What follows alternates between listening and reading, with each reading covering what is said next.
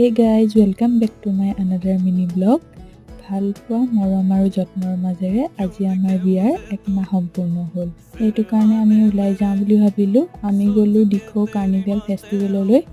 এয়া হৈছে মেলা চকৰ ওচৰৰ ফুকন নগৰত। এয়া আমি গৈ পালোগৈ। ভালকৈ আৰম্ভ হোৱা নাই যদিও চাগে জানুৱাৰী মানৰ পৰা ভালকৈ আৰম্ভ হ'ব। বহুত ধুনীয়াকৈ ডেকোৰেশ্যন কৰিছে আৰু ইয়াত প্ৰগ্ৰামো হ'ব চাগে। তাৰ পৰা আমি আহিলো ৱাহমমলৈ কিবা অলপ খাওঁ বুলি। আমি অৰ্ডাৰ কৰিলোঁ ফ্ৰাইড চিকেন ম'ম' আৰু মাটকা চাই। খাই বৈ হোৱাৰ পাছত আমি কাপোৰৰ দোকানলৈ আহিলোঁ। হাজবেণ্ডে ক'লে কি লাগে লৈ লোৱা। এনেও কাপোৰ বুলি ক'লেতো ছোৱালী মানুহে ভালেই পায় আৰু তাতে গিফ্ট। এয়া আমি কাপোৰ লৈ ল'লোঁ। তাৰপাছত আমি শিৱসাগৰ চেণ্ট্ৰেল মাৰ্কেটলৈ আহিলোঁ। অলপমান পাচলি বজাৰ কৰিলোঁ।